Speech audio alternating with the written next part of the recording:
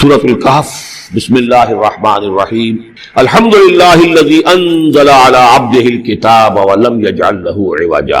یہ پوائنٹ میں نوٹ کرا چکا ہوں کہ آخری آیت کیا تھی؟ قل الحمدللہ، کہو قل حمد اللہ کے لیے ہے۔ یہ آخری آیت تھی سورہ بنی اسرائیل کی، اور سورہ کہف کی آیت شروع ہو رہی ہے الحمدللہ الذی، گویا کہ اس حکم کی تعمیل جو ہے اس سے آغاز ہو رہا ہے سورہ مبارکہ کا۔ اس کو میں نے کہا تھا یہ انٹر لاکڈ ہیں دونوں سورتیں جو ہیں، جیسے آتا ہے تورات میں کہ حضرت یعقوب اپنے بھائی عیسو کی ایڑیاں پکڑے ہوئے تولد ہوئے، یہ جڑواں پیدا ہوئے تھے دو بھائی عیسو اور یعقوب۔ عیسو بڑے تھے، یعنی بڑے اسمانی میں جو بھی ہوتے ہیں جڑواں، ان میں جو پہلے جس کی ولادت ہو جائے وہ بڑا ہوتا ہے، چاہے 2 منٹ کا فرق ہو 5 منٹ کا فرق ہو۔ تو اس کی ولادت کے بعد پھر حضرت یعقوب کو عقب کہتے، پیچھے کو، پیچھے آنے والا یعقوب، اس لیے ان کا نام پڑ گیا ہے کہ یہ پچھلا ہے۔ جو پہلا تھا وہ عیسو تھا، عیسو کے بارے میں کچھ معلوم نہیں، ان کی اولاد وغیرہ کدھر گئی، بہرحال وہ ایک علیحدہ بحث ہے۔ تو اسی طریقے سے یہ سورہ کہف جو ہے گویا کہ سورہ بنی اسرائیل کی ایڑیاں پکڑے ہوئے قرآن مجید میں وارد ہو رہی ہے۔ اس میں آپ دیکھیے الحمدللہ الذی انزل علی عبدہ، وہی اللہ تعالیٰ نے اللہ کے اپنے رسول کی جو نسبت ہے اس کو عبد کے نمایاں کیا ہے۔ کتاب نازل کی ولم یجعل لہ عوجا، اور اس میں کوئی کجی نہیں رکھی، قیما، سیدھی، ٹھیک ٹھیک، روشن، مبین، لینذر باسا شدیدا۔ اب یہ ہے لفظ جو بہت زیادہ غور کرنے کے قابل ہے۔ اس کتاب کے حضور پر نزول کے مقاصد میں سے ایک یہ بھی ہے خبردار کر دے ایک بہت بڑی آفت سے۔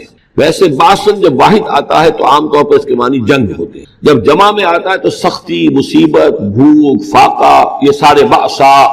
آیت البر میں بھی ہم نے پڑھا والصابرین فی الباساء والضراء وحین الباس۔ باسا جب جمع میں آیا ہے تو فقر و فاقہ، تکلیف، مصیبت، اور حین الباس جنگ کے وقت۔ تو ان دونوں کو ذہن میں رکھیے، بہت بڑی آفت، بہت بڑی آفت، بہت بڑی آفت ایک تو ہے دجالی فتنے کی، دجال المسیح الدجال جو آنے والا ہے، جس کے بارے میں حدیث میں آتا ہے کہ کوئی نبی اور رسول ایسا نہیں گزرا جس نے اپنی قوم کو دجال کے فتنے سے آگاہ نہ کیا، اور پوری انسانی تاریخ میں دجال کے فتنے سے بڑا کوئی فتنہ نہیں، اور وہ ہر بندہ مومن کے امتحان کے لیے کڑا ترین جو ہے مرحلہ آ جائے گا، سخت ترین امتحان اس کا لیا جائے گا۔ تو یہ جو سختی ہے اس کی خبر دیتے ہوئے یہ سورہ مبارکہ نازل ہو رہی ہے، اور خاص طور پر اسے باسن اگر جنگ کے معنی میں لیں تو الملحمۃ العظمیٰ، کتاب الملاحم، جو کہ آپ دیکھیں گے احادیث کی کتابوں میں پورا باب ہے کتاب الملاحم، اور اس کا تعلق بھی دجال کے ساتھ ہے، کیونکہ پھر دجال ہی کو قتل کریں گے حضرت مسیح علیہ السلام نازل ہو کر۔ تو یہ سارا مسئلہ جو ہے اس کی خبر دینے کے لیے قیما لینذر باسا شدیدا من لدنہ، گویا کہ یہ جو احادیث کی کتابوں میں آپ کو حدیث کے ابواب ملتے ہیں، چاہے وہ کتاب الفتن ہو اور چاہے وہ کتاب جو ہے آثار قیامہ ہے، اس طرح کے جتنے بھی ہیں، اور کتاب الملاحم ہے، یہ گویا کہ اس کی شرح ہے لینذر باسا شدیدا من لدنہ، اور یہ ہوگا بھی خاص اللہ کی طرف سے، یہ آزمائش بھی، یہ دجال کا فتنہ بھی، یہ بہت بڑی جنگ بھی، جس کو آرمگیڈون کہتے ہیں، کرسچین جو ٹریڈیشن ہے اس میں اس کے لیے لفظ ہے آرمگیڈون، ایک بہت بڑی جنگ ہوگی۔ ڈکشنری میں بھی آپ دیکھیں گے کہ خیر اور شر کی قوتوں کے درمیان اس دنیا کے خاتمے سے پہلے ایک بہت بڑی جنگ ہو رہی ہے جس کا نام یہ آرمگیڈون ہے۔ لینذر باسا شدیدا من لدنہ ویبشر المؤمنین الذین یعملون الصالحات، اور تاکہ بشارت دے وہ ان اہل ایمان کو جو نیک عمل کرتے ہوں، ان لہم اجرا حسنا، کہ ان کے لیے ہوگا بہت اچھا بدلہ، ماکثین فیہ ابدا، اور وہ اس میں رہیں گے ہمیشہ ہمیشہ۔ یہ جو دجالی فتنہ ہے اس کے ساتھ ایک خاص مناسبت ہے سورہ مبارکہ کی۔ احادیث میں آتا ہے کہ دجالی فتنے کے اثرات سے بچنے کے لیے اس سورہ مبارکہ سے ذہنی اور قلبی رشتہ مفید ہے، اس کی تلاوت کرتے رہنا، خاص طور پر جمعے کے روز پوری سورہ کہف، ورنہ یہ کہ کم سے کم اس کی ابتدائی اور آخری آیات ان کی بڑی اہمیت ہے۔ دجالی فتنہ اصل میں کیا ہے سمجھ لیجئے کہ ایک تو ہے دجالی فتنہ بالعموم، دجل کہتے ہیں فریب کو، جیسے کہ کوئی نبی نہیں ہے، وہ اس نے فریبی لبادہ اوڑھ لیا، نبوت کا دعویٰ کر رہا ہے، وہ دجال ہے۔ تو اس طرح کی تو حضور نے فرمایا ہے کہ 30 دجال پیدا ہوں گے، انہی میں سے ایک ہمارے زمانے کے اندر جو ہے یہ غلام احمد قادیانی بھی تھا، وہ دجال تھا، جس نے کہ اعلان کیا کہ میں نبی ہوں جبکہ وہ نبی نہیں تھا۔ تو فریبی بنا ہوا، جس نے کہ ملمہ اپنے اوپر چڑھایا ہوا ہے۔ اسی طریقے سے دجالی فتنہ یہ جو ہے اس پوری دنیا میں اس وقت جو فتنہ ہے وہ یہ ہے کہ مادہ پرستی کا اتنا غلبہ ہو چکا ہے ذہنوں کے اوپر، افکار کے اوپر، لوگوں کے نظریات کے اوپر، لوگوں کی اخلاق کے اوپر، لوگوں کے اقدار جو ہیں، ویلیوز جو ہے اس کے اوپر، کہ وہ آخرت کو بالکل بھول گئے، اللہ کو بھول گئے، اسباب کے اندر گم ہے، مسبب الاسباب سے ظہور ہو گیا، دنیا ہی دنیا ہے، آخرت کو بھولے ہوئے ہیں، مادہ ہی مادہ ہے، روح سے کوئی سروکار ہی نہیں۔ یہ ہے بالعموم جس کا نام دجالی فتنہ ہے کہ حقیقت کے اوپر پردہ پڑا ہوا ہے، آخرت پر دنیا کا پردہ پڑا ہوا ہے۔ یہ دنیا جو ہے در حقیقت کیا ہے؟ وَمَا الْحَيَاةُ الدُّنْيَا إِلَّا مَتَاعُ الْغُرُورِ، یہ دھوکے کا سامان ہے۔ اصل زندگی کو اس نے ڈھانپا ہوا ہے، ہم نے یہ سمجھ لیا کہ زندگی یہی ہے، اسی کے لیے بھاگ دوڑ، محنت، صبح و شام، اسی کے مستقبل کی فکر ہے، لیکن اصل زندگی اس کی کوئی فکر ہی نہیں۔ باقی ایک دجال جو ہے جو آئے گا وہ معاملہ احادیث کے اندر بھی بڑی طوالت کے ساتھ ہے اور اس میں کافی پیچیدگیاں بھی ہیں، بعض چیزیں جو ہے ایک دوسرے سے کچھ مختلف بھی ہے، اس میں پھر اہل علم کو بہرحال مطابقت پیدا کرنی پڑتی ہے۔ میں نے جہاں تک اپنی کوشش کی ایک رائے تک میں پہنچا ہوں، لیکن ابھی میں اسے بیان نہیں کر رہا ہوں۔ بہرحال دجالی فتنے کی خبریں موجود ہیں بہت شدت کے ساتھ، اور اس صورت کا پڑھنا جو ہے اس میں بہت مفید ہے۔ اس صورت کے مضامین کا دجالی فتنہ بالعموم سے کیا تعلق ہے وہ تو اس ہم دورہ ترجمہ دوران کے اس کے دوران بھی آپ کو معلوم ہو جائے گا، لیکن اس کے جو خاص بڑے مباحث ہیں، خاص طور پر یہ کہ ایک ہمارے بہت بڑے عالم گزرے ہندوستان میں اس صدی کے آغاز میں، مولانا مناظر حسن گیلانی، انہوں نے اس میں باقاعدہ کتاب لکھی ہے، آپ کو مل جائے گی بازار میں بھی، اصحاب کہف کے جو کا معاملہ سورہ کہف کے مباحث ہیں ان کے۔ میں نے اس کو اپنی ایک تقریر کے اندر کسی خطاب جمعہ میں سورہ کہف کے مضامین کا خلاصہ بیان کیا تھا، جس کا عنوان ہے دنیا کی حقیقت۔ ظاہر بات ہے تفاصیل زیادہ جو ہیں وہ میرے لیے ممکن نہیں ہے کہ اس دورہ ترجمہ کے دوران بیان کر سکوں۔ وَيُنذِرَ الَّذِينَ قَالُوا اتَّخَذَ اللَّهُ وَلَدًا، اور خبردار کر دے ان لوگوں کو جنہوں نے کہا کہ اللہ نے بیٹا بنایا۔ یہ ساری دجالیت جو ہے اس کی جڑ کیا ہے؟ مسیحیت، جو موجودہ مسیحیت ہے، جو حقیقت میں مسیحیت نہیں ہے، پالزم ہے، جس کی بنیاد تثلیث پر ہے کہ اللہ کا بیٹا بنا دیا حضرت مسیح علیہ السلام کو، اور انہیں کفارہ بنا دیا تمام جو بھی مان لے ان کو ان کے گناہوں کا، پیش کی معافی ہے ان کے گناہوں کی جو حضرت مسیح پر ایمان لے آئے، اور نمبر 3 شریعت ساخت کر دی، اور نمبر 4 سارا اختیار جو ہے وہ پوپ کے ہاتھ میں دے دیا گیا کہ تم جو چاہو جس چیز کو چاہو حلال کرو، جس چیز کو چاہو حرام کر دو۔ ان چیزوں نے مل کر نفس مذہب کو اس قدر قابل نفرت شے بنا دیا کہ یورپ کے عوام کے اندر مذہب کے خلاف شدید نفرت پیدا ہو گئی۔ چنانچہ اس کے بعد جب مسلمانوں کے زیر اثر وہاں پر علم پھیلا ہے، ہسپانیہ کی یونیورسٹیوں سے علوم اور فنون جو ہے یہ فرانس اور اٹلی اور جرمنی کے نوجوان آتے تھے، اور وہاں آ کر وہ قرطبہ اور غرناطہ اور طریقلہ کی یونیورسٹیوں سے پڑھ کر جاتے تھے، تو ان کے زیر اثر جو ایک ریفارمیشن شروع ہوئی، اصلاح مذہب، اور ایک رینائسنس، تحریک احیاء العلوم، وہ جو اصل تو تحریک تھی اس بات کی کہ انسان علم کی طرف دوبارہ رجوع کرے، لیکن یہ کہ وہ علم جب آگے بڑھا ہے تو وہاں پہ عیسائیت کے خلاف جو رد عمل تھا اس کی وجہ سے اس میں مذہب کی دشمنی جو ہے اس تحریک کے اندر خود بخود شامل ہو گئی۔ تو مذہب سے بیزاری، روحانیت کا انکار، آخرت سے بالکل بے پرواہی اور اس کا بھی انکار، اور خدا ہے یا نہیں ہے اس سے کوئی سروکار نہیں، یہ جو اس تہذیب کے اصل میں اثرات بنے ہیں سارے، یہ اسی غلطیوں کا یہ اثرات ہیں، نتائج ہیں کہ جو عیسائی مذہب کے اندر جو یہ تحریفات کر کے جو غلطیاں کی گئی ہیں، اس کو یہاں کہا گیا ہے کہ ان لوگوں نے کہ جنہوں نے یہ عقیدہ ایجاد کیا، ما لہم بہ من علم، ان کے پاس اس کے لیے کوئی علمی سند نہیں ہے، ولا لآبائہم، نہ ان کے آباء و اجداد کے پاس کوئی سند تھی، کبرت کلمۃ تخرج من افواہہم، بہت بڑی بات ہے جو ان کے منہ سے نکل رہی ہے، بہت بڑی گستاخی ہے جو یہ اللہ تعالیٰ کی شان میں کر رہے ہیں، ان یقولون الا کذبا، یہ نہیں کہہ رہے مگر جھوٹ، سراسر سیدھا سفید جھوٹ بول رہے ہیں۔ فلعلک باخع نفسک علی آثارہم، تو اے نبی شاید کہ آپ اپنے آپ کو ہلاک کر لیں گے ان کے جو اثرات پڑنے والے ہیں، عیسائیت کے اس غلط عقیدے کے جو نتائج برآمد ہوئے ہیں، جب یہ نتائج ظاہر ہوں گے تو وہ اتنے سنگین ہوں گے، فلعلک باخع نفسک، کہ ان کے احساس سے اور ان کے ادراک سے شاید کہ آپ اپنے صدمے سے اپنے آپ کو ہلاک کر لیں۔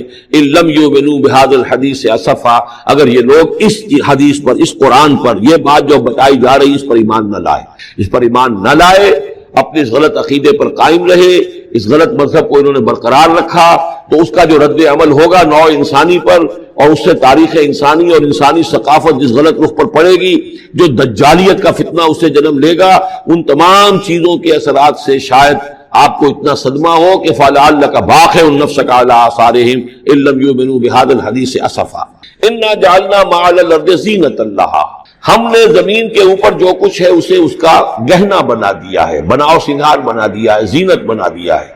یہ آپ نوٹ کر لیجئے، لفظ زینت اور زمین میں اس کی زیبائش اور آرائش یہ اس سورہ مبارکہ کا عمود ہے، یعنی اس کو اتنا کھبا دیا ہے نگاہوں میں اللہ نے کہ آخرت سے خود بخود انسان غافل ہو جاتا ہے۔ یہ پردہ پڑ گیا ہے، چمک دمک ہے، یہ کاریں ہیں، یہ بلڈنگیں ہیں، یہ کوٹھیاں ہیں، یہ عالیشان عمارتیں ہیں، یہ کیا کچھ اس کی جو یوں سمجھیے پومپ اینڈ شو جو ہے اس وقت دنیا کا۔ اور ظاہر بات ہے امریکہ میں جا کر دیکھیے تو جو کچھ یہاں دیکھ رہے ہیں اس سے 10 گنا 100 گنا 1000 گنا آپ کو نظر آئے گا، عقلیں دنگ ہو جاتی ہیں۔ نتیجہ کیا نکلتا ہے کہ انسان یہ سمجھتا ہے کہ اصل شے یہی مادہ ہی ہے، اصل ہدایت پہ یہی لوگ ہیں صحیح معنی میں کہ جنہوں نے واقعتاً علم حاصل کیا ہے، لہذا ان کی غلط تہذیب، ان کا غلط تمدن، ان کے تمام غلط ثقافت کے معاملات کے بھی ہم اسی طریقے سے پیروی کر رہے ہیں۔ یہ سارا مسئلہ جو ہے وہ اس لیے ہے کہ یہ چمک دمک دنیا کی جو زیبائش اور آرائش اس سے ہم متاثر ہیں۔ انا جعلنا ما علی الارض زینۃ اللہ، جو کچھ زمین کے اوپر ہے اسے ہم نے اس کے لیے بناؤ سنگھار بنا دیا، لنبلوہم، تاکہ ہم آزمائیں ان کو، ایہم احسن عملا، کون ہے ان میں سے اچھے عمل کرنے والا۔ یعنی اب یوں دیکھیے وہ شعر جو ایک ہے، اگرچہ ذرا تھوڑا سا شان باری تعالیٰ کے اعتبار سے تو شاید اتنا مناسب نہ ہو، لیکن یہ کہ مفہوم کو ادا کرتا ہے کہ رخ روشن کے آگے شمع رکھ کر وہ یہ کہتے ہیں ادھر آتا ہے دیکھے یا ادھر پروانہ جاتا ہے۔ ایک طرف ذات باری تعالیٰ ہے اور ایک طرف یہ دنیا ہے، اس کی چمک دمک ہے۔ اب یہ پروانہ جو ہے یہ انسان، اس کا امتحان ہے، آیا یہ اللہ اور آخرت کی طرف جا رہا ہے یا دنیا کی طرف اور دنیا کی زیبائش اور آرائش کی طرف جا رہا ہے۔ جو زیبائش اور آرائش کی طرف چلا گیا وہ گیا، وہ تباہ و برباد ہو گیا، فقط خسر خسرانا مبین۔ اور جس نے اس دنیا کی زیبائش اور آرائش اس سے منہ موڑ کر وہ جو حقیقت ہے، جو اصل حسن ازلی ہے اللہ تعالیٰ کا اور اس کا جو جلال اور کمال ہے اور جو آخرت کی نعمتیں ہیں ان کو اختیار کر لیا، وہ کامیاب ہو۔ تو امتحان اتنا ہی ہے کہ رخ روشن کے آگے شمع رکھ کر وہ یہ کہتے ہیں ادھر جاتا ہے دیکھے یا ادھر پروانہ آتا ہے۔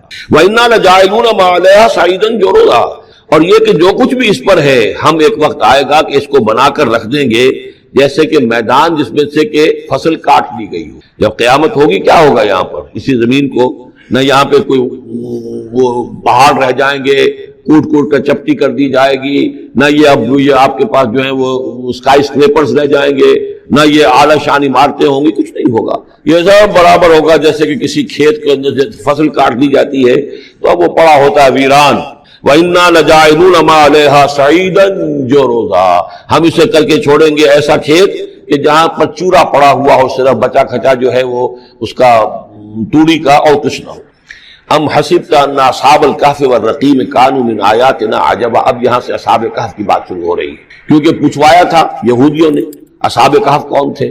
کیا تم سمجھتے ہو کہ اصحاب الکہف والرقیم، رقیم جو ہے ان کی تختی تھی ایک جس کے اوپر ان کے حالات لکھ کر، جو ان کے ایک جو کہف تھی ان کی غار جو تھی اس کے اوپر لگا دی گئی تھی، تو انہیں اصحاب الکہف بھی کہتے ہیں، اصحاب الرقیم بھی کہتے ہیں، یہ دونوں انہیں ایک ہی گروہ کے نام ہیں۔ کیا وہ تمہارے خیال میں ہماری بڑی عجیب آیات میں سے تھا؟ یعنی واقعتاً بات تو غیر معمولی تھی، لیکن حقیقت میں ہمارے ہاں تو ہماری تخلیق میں، ہماری صنائی میں اس سے ہزاروں گنا زیادہ عجیب باتیں ہوتی ہیں، ہمارے لیے تو وہ کچھ ہے ہی نہیں کسی بھی درجے میں، تم سمجھتے ہو شاید وہ بہت بڑی بات ہے۔ یہ سابق کہف کا جو قصہ ہے، اب میں سمجھتا ہوں کہ پورے وثوق کے ساتھ ہم کہہ سکتے ہیں کہ یہ قصہ کیا تھا۔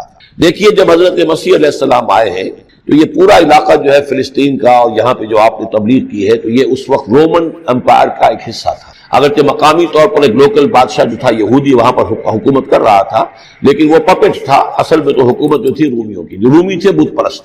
اور اس کے بعد چونکہ انہوں نے بغاوت کی، حضرت مسیح تو اٹھا لیے گئے سن 30 عیسوی کے آس پاس یا 33 عیسوی کے آس پاس، لیکن اس کے بعد جو ہے ان یہودیوں نے بغاوت کی رومیوں کے خلاف، جس کے نتیجے میں سن 70 عیسوی میں ٹائٹس رومی نے تو ان کی حکومت بھی ختم کی اور بیت المقدس کو برباد کیا، یروشلم کو تباہ کیا، 1,33,000 یہودیوں کو قتل کیا اور ان کو بھیج دیا، نکال دیا وہاں سے باہر۔ اس وقت کا معاملہ یہ ہے کہ اب کوئی اکے دکے جو بھی رہ جاتے تھے یہاں پر، کوئی یہودی یا عیسائی، یہودیوں کو تو نکال دیا، عیسائی رہ گئے، لیکن عیسائیوں پر بھی بہت ظلم ہوتا تھا۔ یہ موحد تھے، حضرت عیسیٰ کے ماننے والے، وہ بت پرست تھے۔ تو اس زمانے میں کہیں بادشاہ کوئی تھا، ڈیسیس یا دقیانوس جس کو کہتے ہیں، اس کے زمانے میں کچھ جو عیسائی تھے حضرت عیسیٰ پر ایمان رکھنے، آج کے عیسائیوں پر قیاس نہ کیجیے، جو نصارہ تھے حضرت عیسیٰ کو ماننے والے جو موحدین تھے، ان میں سے کچھ نوجوانوں کی پیشی ہوئی بادشاہ کے دربار میں. انہوں نے کہا کہ تم اپنے نئے دین سے اگر باز نہیں آؤ گے، اتنے دن کی مہلت تمہیں دی جا رہی ہے تو تمہیں سولی چڑھا دیا جائے گا، بس مہلت دی جا رہی ہے، جاؤ اور کر لو، سوچو. ان لوگوں نے آ کر سوچا کہ اب نہ تو ہمارے لیے یہ ممکن ہے کہ ہم مقابلہ کر سکیں، چلو کسی غار میں چھپ جاتے ہیں، دیکھیں اللہ تعالیٰ کیا کرتا ہے ہمارے لیے. وہ ایک غار میں جا کر چھپے، اور غار میں جا کر چھپے ہیں تو اللہ نے انہیں وہاں پر سلا دیا، موت تاری نہیں کہ سلا دیا. اللہ کروٹ بھی بدلواتا رہا، ان کے لیے سارا کچھ بندوبست کیا، اللہ کی قدرت میں تھا. حضرت عزیر کو 100 برس کے لیے مار دیا تھا، موت کے بعد ان کو دوبارہ زندہ کر دیا. لیکن یہ کہ ان کا معاملہ یہ ہے کہ ان کو وہاں پر جو ہے تقریباً 300 برس یہ وہاں پر پڑے رہے اس غار کے اندر. غار کی شکل کچھ خاص ایسی تھی کہ ادھر آنا جانا لوگوں کا تھا ہی نہیں. اور یہ ہے جو موجودہ ترکی کے علاقے میں شہر ایفسس ہے، اس کے آس پاس ہیں اس طرح کے غار، جیسے اجنٹا کے غار ہندوستان کے مشہور ہیں، ایسے ہی وہاں بھی غاروں کا سلسلہ ہے. اور ہیں بھی وہ ایسے کہ ان کے دہانے جو ہے وہ ہے شمال کی جانب، تو دھوپ ان میں براہ راست نہیں جاتی، صرف یہ کہ ریفلیکٹڈ لائٹ تو آتی ہے لیکن یہ کہ براہ راست دھوپ نہیں جاتی، تو ایک طرح کا اندھیرا سا اس کے اندر ٹوائی لائٹ جسے آپ کہہ لیں وہ رہتا ہے سارا دن. وہاں پر یہ 300 برس تک سوتے رہے. اس 300 برس کے عرصے میں یہ ہوا کہ رومن امپائر جو ہے اس نے خود عیسائیت اختیار کر لی. 300 عیسوی کے اندر کانسٹنٹائن جو تھا ایمپرر وہ عیسائی ہو گیا، اب پوری امپائر جو عیسائی ہو گئی. اب اس کے زمانے میں اس کے بعد تھیوڈوسیس ہے ایک، 446 عیسوی میں یہ تھا، اس کے زمانے میں اللہ تعالیٰ نے ان لوگوں کو جگایا 300 برس کے بعد. اب یہ سمجھ رہے ہیں کہ وہی زمانہ ہے، وہی کفار کی حکومت ہے، وہی مشرکین ہے. اب انہوں نے ڈرتے ڈرتے اپنے کسی ایک آدمی سے کہا بھائی جاؤ یہ لے کے سکہ لے کر جاؤ، چاندی کا آؤ، کچھ نہ کچھ کھانے پینے کے لیے لے کر آؤ، دیکھنا لیکن اس طرح ہو کہ ہمارا پتہ نہ چل جائے کہ ہم یہاں چھپے ہوئے ہیں. وہاں جو گئے انہوں نے وہ سکہ جو پیش کیا، کہ یہ سکہ تمہارے پاس کہاں سے آیا؟ یہ تو بہت پرانا سکہ ہے، تو 400 سال پرانا، 300 سال پرانا سکہ کہاں سے لے آئے تمہیں کوئی خزانہ ملا؟ بہرحال اس حوالے سے اب وہ جو ہے وہ پکڑے گئے. ان کی حالت جو ہے وہ جو بات سامنے آ گئی، لیکن جب بات سامنے آ گئی تو اب ان کا بہت وہ عزت کی گئی، اس لیے کہ اب تو جو ان کا مذہب تھا در حقیقت پوری مملکت کا مذہب وہی ہو چکا تھا، تو صورتحال تو تبدیل ہو چکی ہے.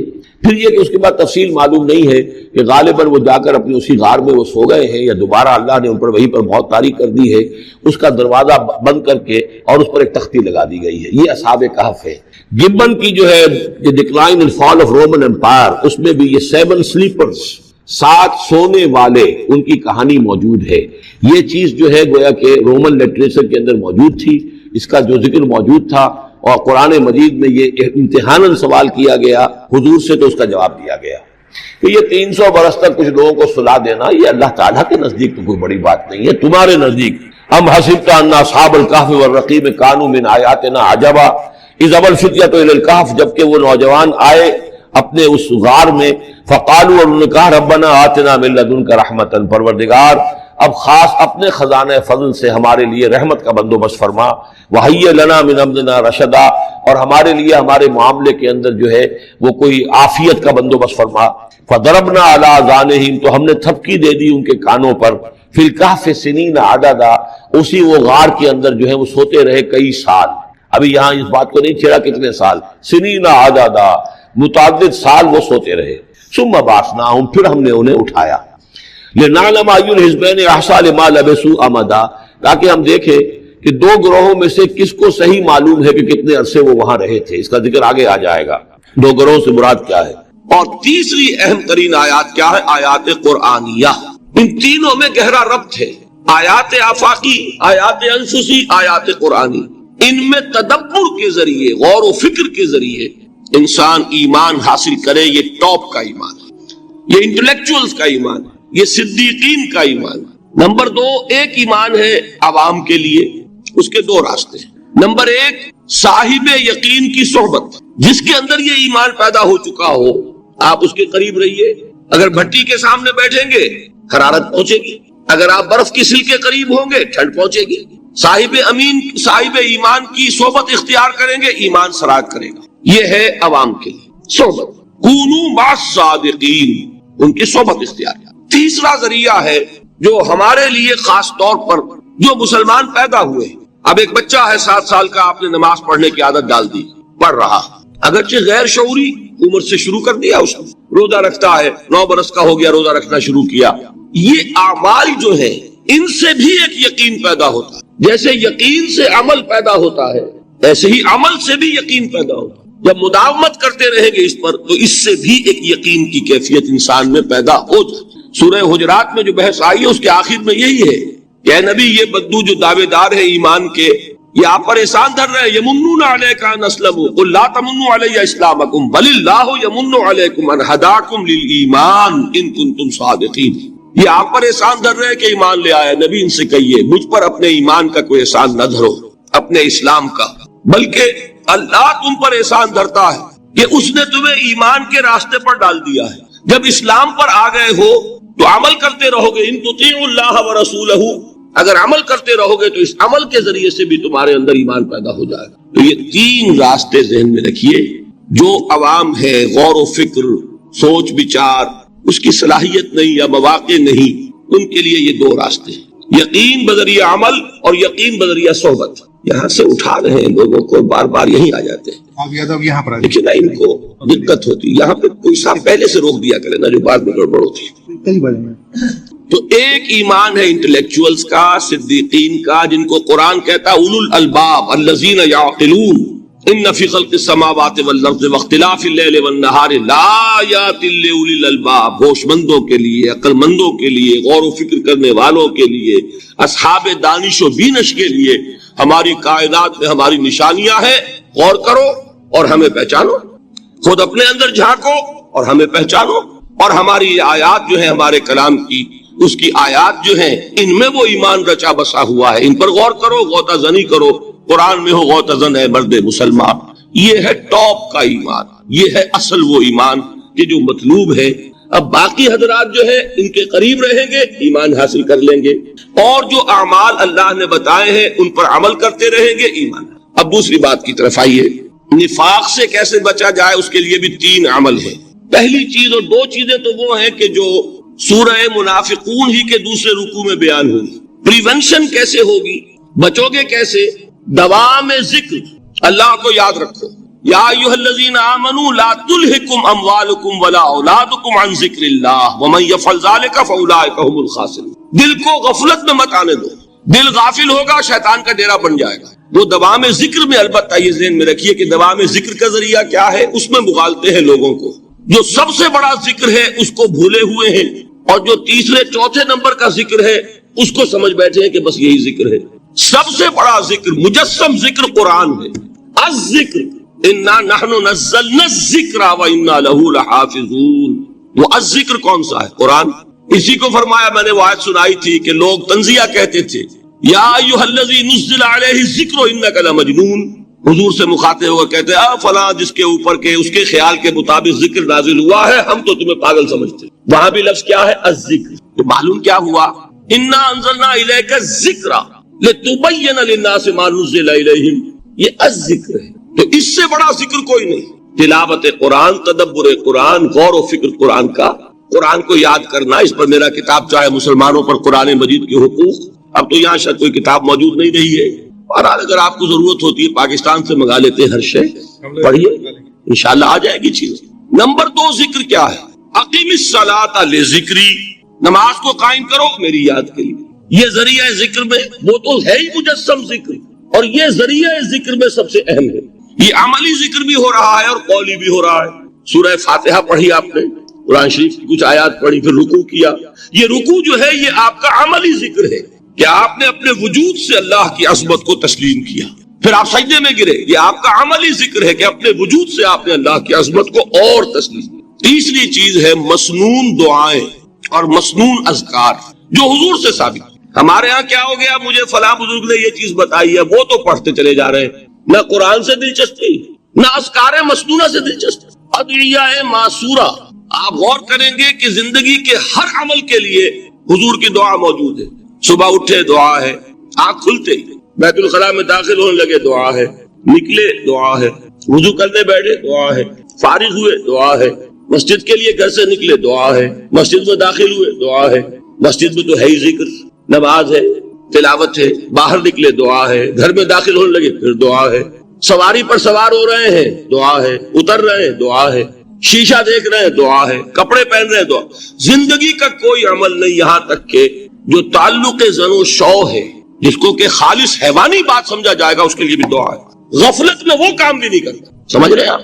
اب آپ غور کیجئے، اس میں کوئی اضافی وقت نہیں لگا، کوئی اضافی پوسچر اختیار نہیں کیا آپ نے، یوں بیٹھو، اس طرح بیٹھو، یوں کرو، کوئی آپ کا وقت اضافی نہیں لگا. جو کام کر رہے ہیں اور آپ اللہ کو یاد کر رہے ہیں، اور وہ اللہ کی یاد اس کام کی مناسبت سے ہے. ان ادعیہ معصورہ سے دو تعلق جڑ گئے انسان کے. دعا کس سے کر رہے ہیں؟ اللہ سے. جڑا کہ نہیں؟ اور یہ الفاظ کس کے ہیں؟ محمد رسول اللہ کے. تو آپ کے دو تعلق جڑ گئے. آپ اپنی جی سے گھڑ کر دعا مانگیں گے تو پہلا تعلق ہو جائے گا، دوسرا نہیں ہوگا. بہتر سے بہتر دعا مانگ لیں آپ. لیکن حضور سے جو معصور اور مسنون الفاظ جب آپ زبان سے نکالتے ہیں تو آپ کا تعلق اللہ سے بھی ہوا بذریعہ دعا، اور وہ الفاظ چونکہ حضور کے ہیں صلی اللہ علیہ وسلم، تو حضور کے ساتھ ہوا. یہ تیسرا درجہ. چوتھے درجے میں مانتا ہوں کہ ایک ہوتی ہے خاص کسی شخص کے امراض کی تشخیص کرنے کے بعد تجویز.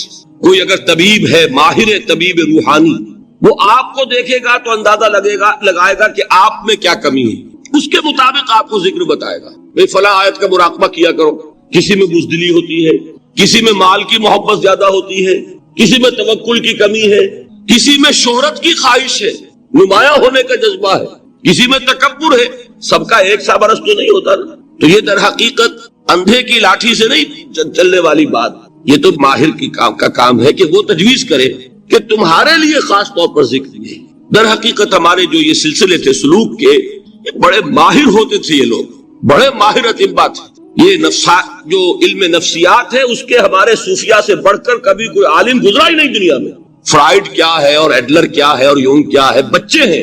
ہمارے صوفیاء اکرام نے جس طرح انسان کی نفسیات کو سمجھا اور وہ ان کی مناسبت سے تجویز کرتے تھے. لیکن اس کو رکھا جائے گا چوتھے نمبر پر. جیسے مولانا احمد علی صاحب فرمایا کرتے تھے، بھائی اس آیت کا مراقبہ کیا کرو. مراقبہ کیا مانی؟ ابھی ان الفاظ کو بھی ہم نے خام خواہ کچھ خاص ایک شکل دے دی. مراقبہ کیا؟ توجہ کرنا، دھیان کرنا، خاص اس آیت کے اوپر، اس کے معانی پر اپنے ذہن کو جمانا.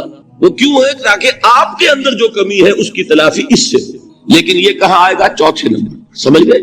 تو نفاق سے بچنے کا ذریعہ، پریونشن کیا ہے نفاق سے؟ دوام ذکر. نہ تمہیں تمہاری اولاد، نہ تمہارے اموال، نہ تمہاری تجارت، نہ کاروبار اللہ کے ذکر سے غافل نہ کر سکے. پنجابی میں کہتے ہیں کہ ہتھ کارول اور دل یار ول. کام کر رہے ہیں آپ، لیکن یہ کہ دل اللہ کے ساتھ لگا ہوا ہے. زبان تر ہے اللہ کی یاد سے. جو قرآن یاد ہے، گاڑی میں آپ بیٹھے جا رہے ہیں، 2 گھنٹے آپ کو کار میں لگانے ہیں، قرآن شریف پڑھتے جائیے. اس سے بڑا ذکر ہی کوئی نہیں. یہ ہے پریونشن. اب اگر مرض ہو جائے تو کیا؟ اس کے لیے 2 چیزیں ضروری ہیں. ایک دیکھیے عجیب ہے، یہ نفاق کا علاج انفاق سے. صرف ایک الف لگا نا. انفاق کے معنی اور یہ بنا ہے کس سے؟ نفقت الدراہم، پیسے ختم ہو گئے، مک گئے. یا نفق الفرس، گھوڑا مر گیا. تو مال کو کھپانا، لگانا اللہ کی راہ میں. اگر دل میں نفاق کی کوئی آلائش آئی ہے تو اس کا ازالہ ہوگا انفاق فی سبیل اللہ سے. مال اللہ کی راہ میں دیجئے، صدقہ کیجئے، خیرات کیجئے، دیجئے، اللہ کے دین میں لگائیے. جتنا لگائیں گے نفاق دھل جائے. اس لیے کہ اصل سبب نفاق کا ہے ہی حب دنیا کی محبت. لہذا اس کا ازالہ ہوگا جو سب سے محبوب شے ہے، مال. انہ لحب الخیر لشدید. مال محبوب ترین ہے کہ نہیں؟ لہذا اس کو اللہ کی راہ میں لگائیں گے تو وہ نفاق دھل جائے. اور ایک اور چیز ہے جو بہت اہم ہے، بہت ہی شعوری طور پر اس کا اہتمام کیجئے. جس وقت دین کے کسی فرض کی انسان کو سمجھ آ جائے، اس کا شعور پیدا ہو جائے، پھر ڈیلے نہ ہو.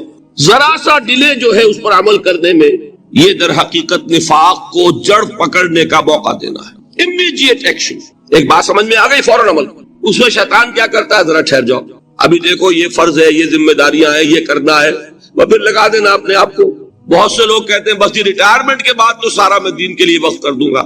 اول تو خدا کے بندے تمہارے اندر رہ کیا جائے گا ریٹائرمنٹ کے بعد؟ سارا تو کھپ چکو گے، رہ کیا جائے گا؟ دوسرے یہ کہ یہ بھی جان لیجئے کہ کار دنیا کسے تمام نہ کر. ریٹائرمنٹ کے بعد کون فارغ ہو جاتا ہے؟ بیٹوں بیٹیوں سے فارغ ہوئے تو پوتے پوتیاں موجود ہیں، نواسے نواسیاں موجود ہیں. کبھی بھی وہ بوجھ ختم نہیں ہوتا زندگی کا. وہ تو یہ کہ آج بات سمجھ میں آئی ہے تو آج عمل ہونا چاہیے. قرآن مجید میں سورہ انعام میں بڑی شدید وعید آئی ہے. الفاظ ہیں یہ وَنُقَلِّبُ أَفْئِدَتَهُمْ وَأَبْصَارَهُمْ كَمَا لَمْ يُؤْمِنُوا بِهِ أَوَّلَ مَرَّةٍ۔ انسان پر ایک حقیقت کا انکشاف ہوا کہ یہ بات حق ہے، فوراً تسلیم کرے، کسی مصلحت کی وجہ سے، کسی بزدلی کی وجہ سے، کسی لالچ کی وجہ سے، کسی اپنی سیادت یا قیادت کی وجہ سے کیسے مان لوں؟ لوگ کہیں گے کہ یہ نیچے ہو گیا، وہ اونچا ہو گیا جس کی بات مانی، کسی وجہ سے رک گئے تو اللہ تعالیٰ اندر سے وہ جو استعداد ہے حق کو پہچاننے کی وہ سلب کر لیتا ہے۔ وَنُقَلِّبُ أَفْئِدَتَهُمْ وَأَبْصَارَهُمْ، ہم الٹ دیں گے ان کے دلوں کو بھی اور ان کی آنکھوں کو بھی۔ کیوں؟ كَمَا لَمْ يُؤْمِنُوا بِهِ أَوَّلَ مَرَّةٍ، اس لیے کہ وہ پہلی مرتبہ جب انکشاف حق ہوا ہے وہ ایمان نہیں لایا۔ اس کا میں ایک واقعہ آپ کو سنانا چاہتا ہوں کہ کس طرح صحابہ کرام پر بھی وقتی طور پر یہ واقعہ اگر صحابہ کرام کا نہ ہوتا تو یہ حقائق سمجھ میں نہ آتے۔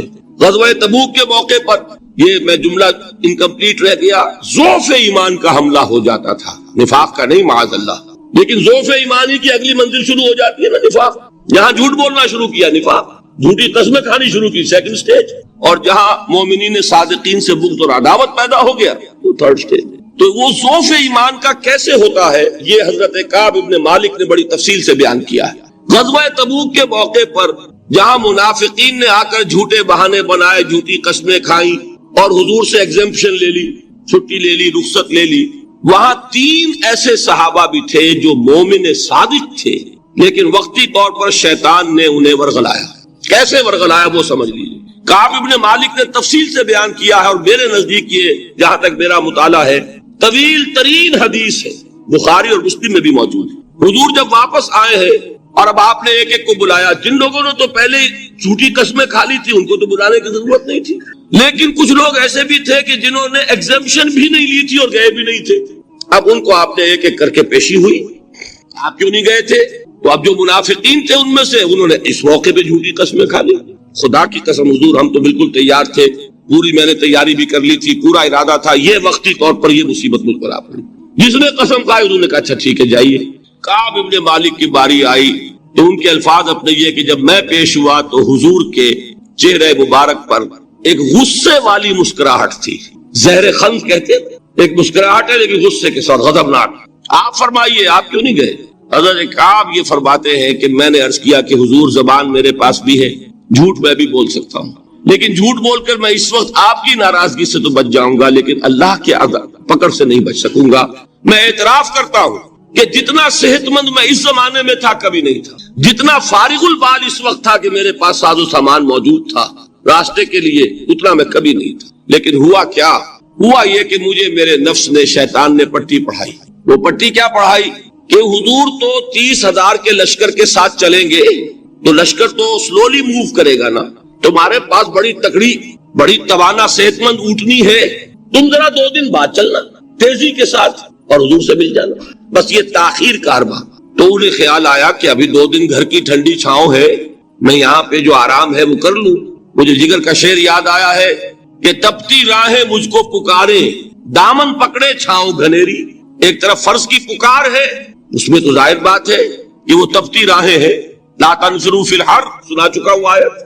یہاں گھر میں، نخلستان میں، کھجوروں کی چھاؤں میں، اہل و عیال میں یہ ٹھنڈی چھاؤں جو ہے یہ پکڑ رہی ہے، بھائی 2 دن ٹھہر کے چلے جانا، ٹھیک ہے، کوئی نیت میں خرابی نہیں نا۔ اس کے بعد پھر جب ابھی 2 دن اور ٹھہر جاؤ، یہ تو بڑا لمبا سفر ہے، ذرا تیز اور دوڑ لیتا۔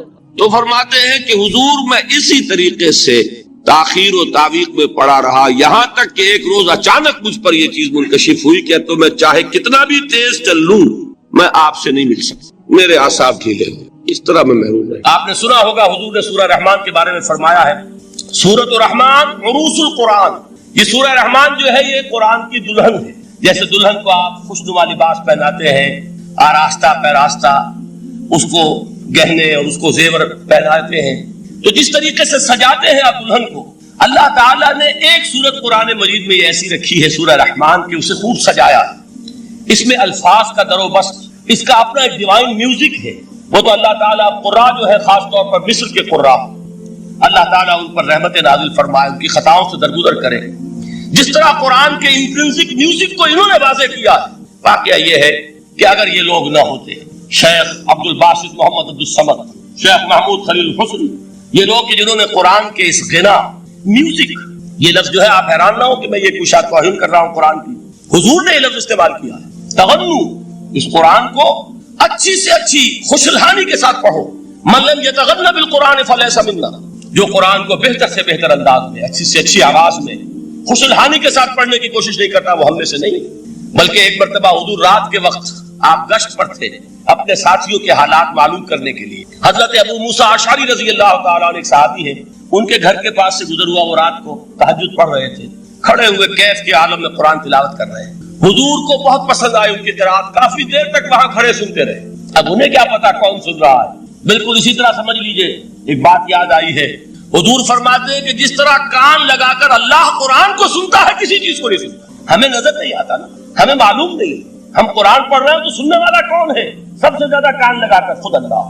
یہاں اس لیے مجھے یاد آیا کہ ابو موسیٰ اشعری کو کیا پتا تھا کہ کون سن رہا ہے، وہ اپنی کیفیت میں نماز میں تہجد میں قرآن کی تلاوت کر رہے تھے، اور ظاہر بات ہے ان کے گھر ایکڑوں میں بنے ہوئے نہیں تھے، ایک ایک کمرہ، ایک ایک کوئی حجرہ، ایسے ہی تو گھر تھے نا صحابہ کے، لہذا حضور پاس سے گزرے، آواز آئی، کافی دیر سنتے رہے، اس کے بعد آپ تشریف لے گئے، صبح فجر میں ملاقات ہوئی تو حضور نے تحسین کے انداز میں فرمایا، یا ابا موسیٰ انک قد اوتیت مزمارا من مزامیر آل داؤد، اے ابو موسیٰ تمہیں تو آل داؤد کے سازوں میں سے ایک ساز اللہ نے عطا فرما دیا۔ جس طرح حضرت داؤد، لہن داؤدی مشہور ہے کہ جب وہ پچھلے پہر رات کو حمد کے ترانے الاپتے تھے، قرآن میں ہے کہ پرندے شامل ہو جاتے تھے ساتھ، اور پہاڑ وجد میں آتے تھے، پہاڑ بھی ان کے ساتھ شریک ہوتے تھے، تو جس طرح کا اللہ نے ان کو لہن عطا فرمایا تھا، حضور نے تحسین کے انداز میں فرمایا ہے ابو موسیٰ اشعری، اللہ نے تمہیں بھی آل داؤد کے سازوں میں سے ایک ساز عطا فرمایا۔ بہرحال قرآن مجید کا جو یہ میوزک ہے، قرآن کے الفاظ کا جو حسن ہے، جہاں تک حسن معنوی ہے وہ تو ہر لفظ میں ہے، لیکن یہ حسن ظاہری، حسن صوتی، حسن لفظی، یہ اپنے کلائمیکس پر آپ کو نظر آئے گا سورہ رحمان میں۔ لیکن قرآن میں یہ سورت اس اعتبار سے بھی ممتاز ہے، اس کی 4 آیات پر ذرا توجہ کریں گے، عجیب حقائق سامنے آئیں گے۔ جہاں یہ قرآن مجید کے حسن صوت اور حسن لفظی کی معراج ہے، وہیں اس کی پہلی 4 آیات میں 4 چوٹی کی چیزوں کا ذکر ہے، سب سے اونچی چیز ہے۔ پہلی آیت کیا ہے؟ الرحمن، ایک آیت ہو گئی۔ رحمان کیا ہے؟ اللہ کا نام ہے۔ کبھی آپ نے غور کیا اللہ کے ناموں میں سب سے پیارا نام کون سا ہوگا؟ رحمان۔ کیوں؟ اس کا مادہ کیا ہے؟ رحمت۔ ہمیں سب سے بڑھ کر جس چیز کی ضرورت ہے وہ کیا ہے؟ رحمت خدا بندی۔ نام اچھی طرح سن لیجئے اس حضور کے قول کو۔ حضور فرماتے کوئی شخص جنت میں مجرد اپنے عمل کی بنیاد پر داخل نہیں ہو سکے گا جب تک کہ رحمت خدا بندی دستگیری نہ کرے۔ کسی صحابی نے بڑی ہمت اور جرأت کا ثبوت دیا کہ پوچھ لیا، کیا حضور آپ بھی؟ جب آپ نے فرمایا کوئی شخص داخل نہیں ہو سکتا جنت میں محض اپنے عمل کی بنیاد پر جب تک کہ رحمت خدا بندی جو ہے وہ دستگیری نہ فرمائے۔ پوچھا گیا کیا آپ بھی؟ آپ نے فرمایا ہاں میں بھی۔ آپ انداز کیجئے کہ اگر محمد الرسول اللہ بھی رحمت خدا بندی کے ضرورت مند ہو تو تاب دیگرا چے رسد، ہماری تو سب سے بڑی ضرورت رحمت خدا بندی۔ اب یہ رحمت جو ہے قرآن مجید میں اللہ تعالیٰ کی یہ شان 2 الفاظ کے ذریعے سے آتی ہے، رحیم اور رحمان، اور کوئی مادہ نہیں ہے جس سے 2 نام بنتے ہوں اللہ کے۔ سورۃ الضحیٰ کا جو اس کا جو شان نزول ہے وہ یہ ہے کہ کچھ دنوں کے لیے ایک تو بالکل شروع میں جو رک گئی تھی فترت وحی، اس کے علاوہ پھر ایک موقع آیا ہے کہ کچھ عرصے کے لیے بہت دن گزر گئے تو جبرائیل نہیں آئے، اور آپ کے اوپر ایک شدید قسم کی جو ہے وہ پریشانی طاری ہو گئی۔ کچھ لوگوں نے بھی تانا دینا شروع کر دیا، کچھ عرصے سے محمد تم نے کوئی نئی وحی نہیں سنائی، کیا ہوا تمہارا شیطان کیا چلا گیا بس؟ کوئی ایسا بھی بتایا گیا کہ ایک دفعہ کئی راتوں تک آپ رات کو اٹھے نہیں، تو کہا وہ تمہارا شیطان تمہیں چھوڑ گیا ہے؟ کوئی ساتھ کے رہنے والی عورت جو تھی کہ رات میں نے سنی نہیں تمہاری کوئی پڑھنے کی جو تم پڑھا کرتے تھے، کہ شاید شیطان تمہیں چھوڑ گیا ہے۔ خود آپ کو جس قدر ایک اشتیاق رہتا تھا کہ وہی آئے اور آپ کی وہ روح کو جو ہے مزید اور غذا اور تر و تازگی جو ہے وہ مسلسل ملتی رہے، اس کی وجہ سے یہاں تک آتا ہے کہ حضور فرماتے کہ اس درجے میں رنج اور غم میں تھا کہ میں سوچتا بربنائے طب بشری، اس درجے حضور کے اوپر جو ہے یہ شاخ گزر رہا تھا کہ وہی کیسے بند ہو گئی، اور اس میں یہ بھی تھا کہ اللہ ناراض تو نہیں ہو گئے، کیا مجھ سے کوئی خطا تو ایسی نہیں ہو گئی؟ یہ سبب کیا ہوا ہے؟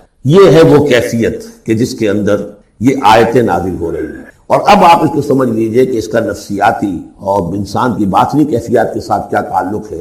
انسان پر 2 طرح کی کیفیات طاری ہوتی رہتی ہیں، جیسے میں نے پہلے ایک دفعہ آپ کو بتایا صدیق اور شہید کے درمیان جو فرق ہے بنیادی، کہ کچھ بنیادی طور پر لوگ ایکسٹروورٹس ہوتے ہیں، کچھ بنیادی طور پر انٹروورٹس ہوتے ہیں۔ ایکسٹروورٹس کھیل کود بھاگ دوڑ، لوگوں سے ملنا جلنا، گفتگو ہے، اسے دھکا دے دیا، اس سے مذاق کر دیا، اسی میں وہ خوش رہتے ہیں، بڑے مگن رہتے ہیں، تنہائی انہیں کاٹ کھانے کو دوڑتی ہے۔ اور ایک انٹروورٹس ہوتے ہیں کہ وہ مجلس وغیرہ کو نہیں ہوتا، اپنے تنہائی میں کہیں بیٹھے ہیں، غور و فکر کر رہے ہیں، سوچ بچار کر رہے ہیں، انہیں وہ مجلس سے زیادہ اپنا گوشہ تنہائی جو ہے وہ زیادہ عزیز ہوتا ہے۔ تو یہ دو مزاج اللہ نے بنائے ہیں۔ اسی طرح ہر انسان کے اوپر آلٹرنیٹلی کچھ کیفیات آتی ہیں جس کو ہم کہتے ہیں میرا موڈ آف ہے، ایک طرح کا قبض سا ہو جاتا ہے طبیعت میں بندش سی ہوتی ہے، کسی وقت اسی شخص کے اندر پھر انشراح سا ہو جاتا ہے، پھر ہنسنے بولنے کو جی چاہتا ہے، گفتگو کرنے کو جی چاہتا ہے۔ تو یہ کیفیت جب انسان کی روحانی زندگی سے متعلق ہو جائے تو اس کو پھر صوفیہ نے نام دیا قبض اور بسط۔ کبھی طبیعت میں انشراح ہے، انبساط ہے، طبیعت جو ہے وہ آبادہ ہے، ہر چیز میں روشنی کا پہلو آدمی دیکھ رہا ہے، ہر چیز کے اندر آپ کو معلوم ہے ایک تاریک رخ بھی ہوتا ہے کسی معاملے کا اور روشن رخ بھی ہوتا ہے، اس وقت انسان روشن رخ کو دیکھتا ہے۔ اور ایک وقت میں آتا ہے کہ طبیعت میں بندش سی لگ گئی ہے، جیسے اندر کوئی پکڑ لیا کسی نے، اب طبیعت جو ہے وہ بھی اپنے اندر وہ انقباض محسوس کر رہی ہے، اور پھر آدمی پیسیمسٹک ہو جاتا ہے، نا امید سا ہوتا ہے، پھر اسے ہر معاملے کا تاریک پہلو زیادہ نظر آنے لگتا ہے۔ تو یہ قبض اور بسط کی کیفیات ہیں۔ جب کبھی قبض کی کیفیت ہو، قاضی ثناء اللہ پانی پتی رحمۃ اللہ علیہ نے تفسیر مظہری میں لکھا ہے کہ قبض کی کیفیت میں اس صورت کا پڑھنا تریاق ہے، جس طرح حضور صلی اللہ علیہ وسلم کے لیے گویا کہ اس وقت جو وحی کا بند ہو جانا تھا وہ گویا کہ ایک طرح کے انقباض اور قبض کی کیفیت پیدا ہوئی تھی، اس میں اب اللہ تعالیٰ فرما رہے ہیں وَالضُّحَىٰ، قسم ہے دن کے دھوپ چڑھنے کے وقت کی، وَاللَّيْلِ إِذَا سَجَىٰ، اور قسم ہے رات کی جبکہ وہ چھا جائے یا ساکن ہو جائے، سجا کے دونوں معنی ہے سکون۔ اب دیکھیے ان دونوں کو کیوں لائے؟ اس لیے کہ صبح ہے، حرکت ہے، برکت ہے، چلنا ہے، دوڑنا ہے، ہر شخص جا رہا ہے، ادھر جا رہا ہے ادھر جا رہا ہے، رات کو سکون ہو گیا، تاریکی چھا گئی اور شور ہنگامہ ختم ہو گیا۔ لیکن یہ رات اور دن دونوں ضروری ہے انسان یہاں کا نظام چلانے کے لیے۔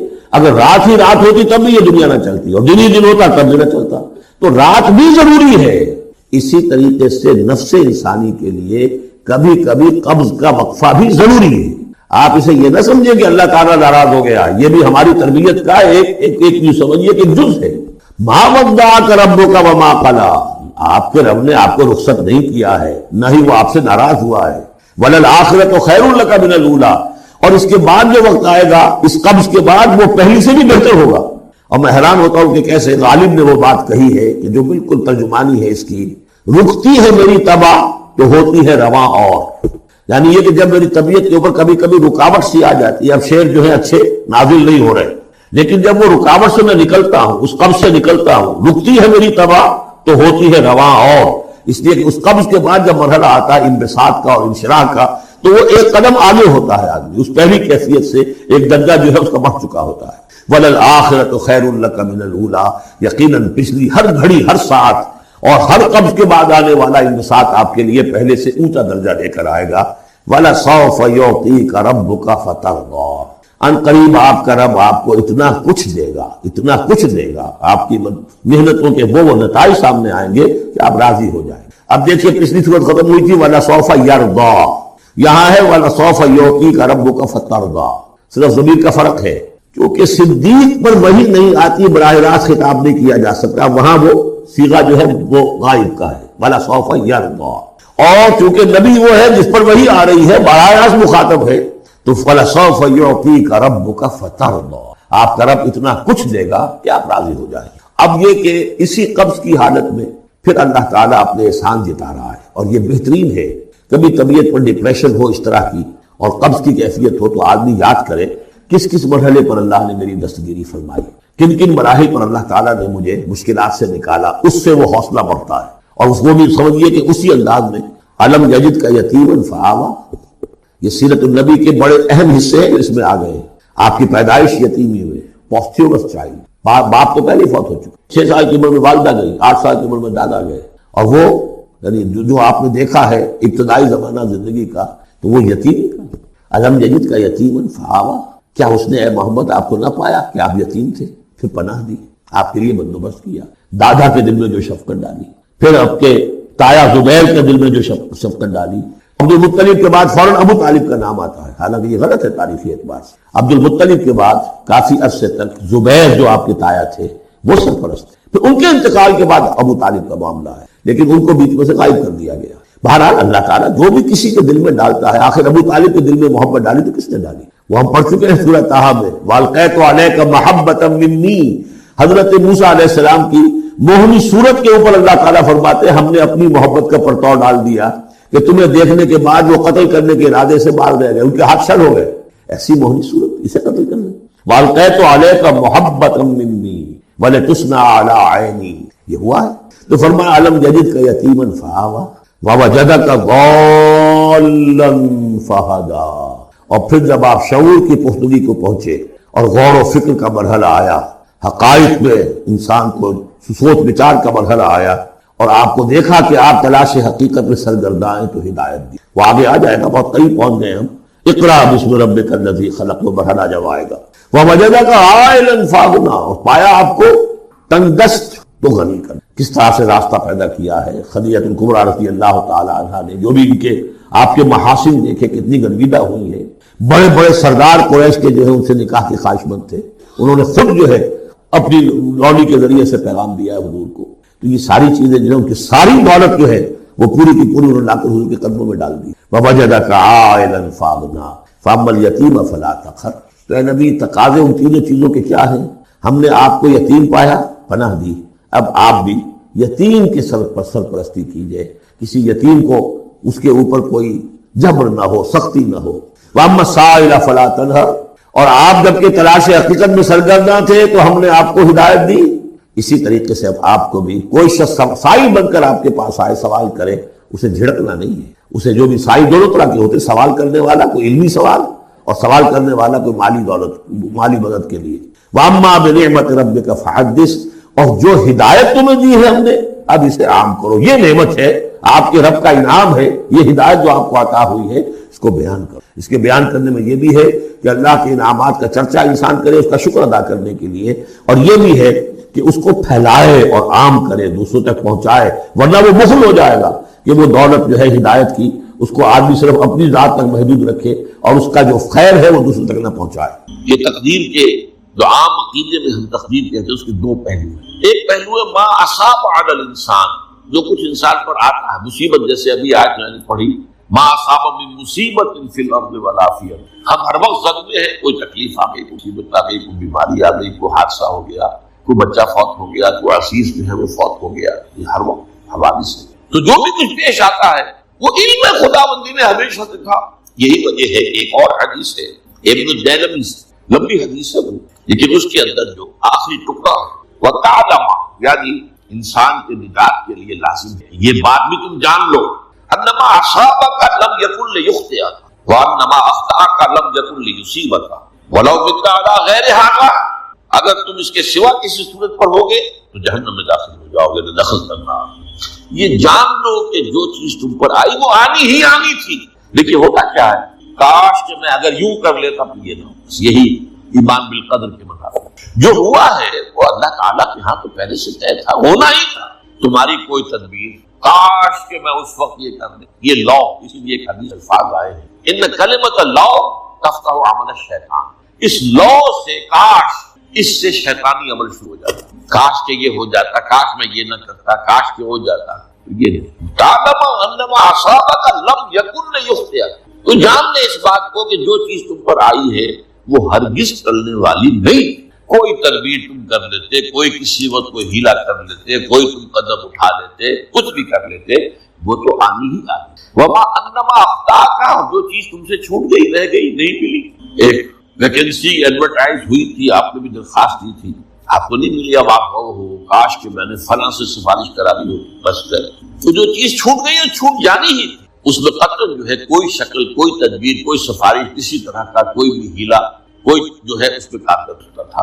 لم یکن لیصیبک وبت علی غیر ذلک، اگر تو اس کے سوا کسی کیفیت پر تیری موت واقع ہوئی، اگر یہ یقین نہیں ہے، یہ ہے تقدیر کا وہ مفہوم کہ جس کا تعلق ہے علامہ اصاب الانسان، جو انسان کے اوپر وارد ہو رہا ہے، اس کے ضمن میں تقدیر کا مفہوم کیا ہے، تو جو ہوا ہے وہ تو ہونا، اس میں تو کسی شک و شبے کی اللہ تعالیٰ کا ہے۔ البتہ در حقیقت ایک دوسرا پہلو ہے ما یفعل الانسان، وہ جو انسان کرتا ہے۔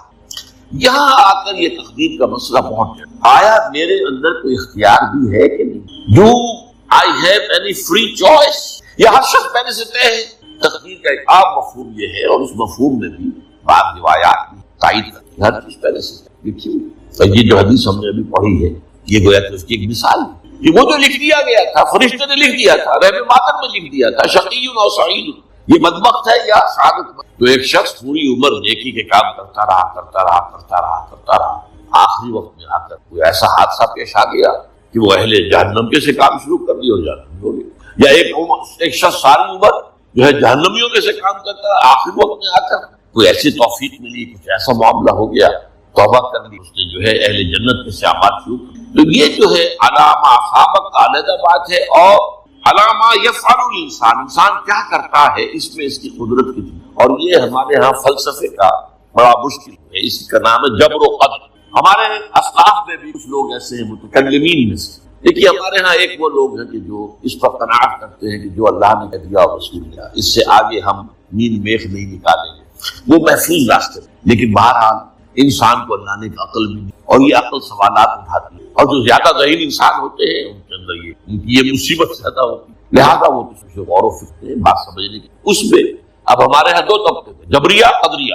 ایک نقطہ نظر یہ ہے کہ انسان مجبور محض کوئی اختیار، اور ایک یہ ہے کہ انسان قادر مطلق ہے، جو چاہتا ہے اپنے فیصلے میں مختار مطلق ہے، فیصلہ کرتا ہے۔ انہیں قدریہ تو جبریہ اور قدریہ ان کی بحثیں ہمارے ہیں، یہ وہی تقدیر کا مسئلہ جو میں نے کہا تھا، بحثوں میں آ کر انہیں آج تک حل نہیں ہوا، حل ہو سکتا ہی نہیں۔ اب اس کے ضمن میں علامہ اقبال کا ایک شعر آپ کو سناتا ہوں، وہ بہت اچھا لگتا ہے، بہت خوبصورت لگتا ہے شعر ہونے کے اعتبار سے۔ تقدیر کے پابند جمادات و نباتات، مومن صرف اللہ کے احکام کا پابند، اس میں انسان پابندی کی، وہ صرف پابند ہے اللہ کے احکام کا۔ نتیجے کے اعتبار سے تو جو یہ شعر کہہ رہا ہے جو بات وہ صحیح ہے، پابندی اصل جو ہے وہ اللہ کے احکام ہے، لیکن یہ کہ تقدیر کی پابندی سے انسان بھی پوری طرح آزاد نہیں۔ یہ سمجھ لینا کہ یہ جمادات و نباتات ہی کا معاملہ، یہ غلط، یہ مبالغہ۔ ظاہر بات ہے کہ شاعر جو ہے، شاعر مبالغے سے بچ نہیں سکتا، چاہے وہ علامہ اقبال ہو کوئی بھی ہو۔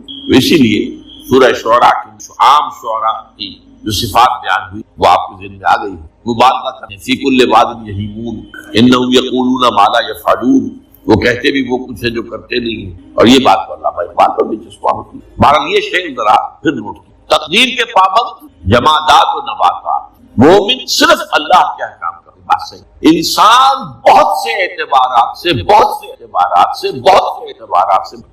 سب سے پہلے جو ہے انسان کے اندر ایک تقدیر نوعی، نوع انسان، چھوٹی سی چڑیا اڑتی پھرتی ہے، انسان آپ نے ٹھیک ہے مشین ایجاد کر دی، جہاز ایجاد کر دیا، آپ دوڑ رہے ہیں 500 آدمی اور سینکڑوں من سامان لے کر جو ہے وہ جا رہا ہے، 747 ہو یا 757 ہو، کر لیا چیز خود نہیں ہو۔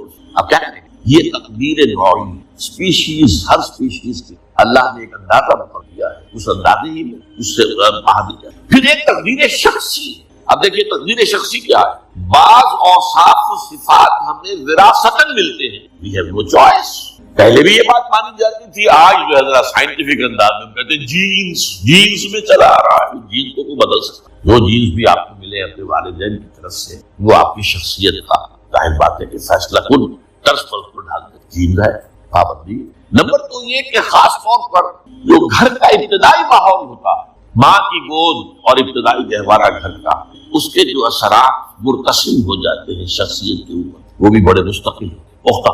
ان دونوں چیزوں کو ضرب دے دی، hereditary factors multiplied by environmental factor, اس سے مل کر ایک شے تیار ہوتی ہے جس کو قرآن کہتا ہے شاکلہ۔ قل کل یعمل علی شاکلۃ فربکم اعلم بمن هو اہدی سبیلا، سورہ النساء۔ شاکلہ کسے کہتے ہیں؟ شکل دینے والی۔ آپ کو لوہا ڈھالنا ہے، کو خاک پردہ بنانا ہے، اس کا پہلے سانچہ بنانا ہے، لوہے کو پگھلا کے اس میں ڈالیں گے تو جیسا سانچہ ہوگا ویسا ہی لوہا جو ہے وہ شکل اختیار کرے، اسی شاکلہ۔ یہ شاکلہ جو ہے ہر انسان کا، اس سے باہر انسان نہیں جا سکتا، اس کے اندر سٹرگل ہوگی، اس کے اندر اس کی جد و جہد ہوگی، لیکن اس کا یہ مطلب نہیں ہے کہ اس کو کوئی فری چوائس ہے۔ فری چوائس ہے لیکن وہ فری چوائس انہی حدود کے اندر کام کرے گا، اس سے باہر۔ اس بات کو مختلف احادیث میں حضور نے بہت خوبصورتی سے بیان کیا۔ ایک حدیث بڑی اہم ہے، بڑی الناس کالمعادن، انسانوں کی مثال میں معدنیات کی۔ اب سونے کی معدنیات میں سے سونے کی جو اور ہے، اب پتہ نہیں اردو میں مجھے معلوم نہیں اور کا ترجمہ کیا کرتے ہیں عام طور پر، لیکن جانتے ہیں وہ کچی دھات جس سے کو صاف کر دیتے ہیں تو وہ دھات جو ہے خالص شکل سامنے آ جاتی ہے۔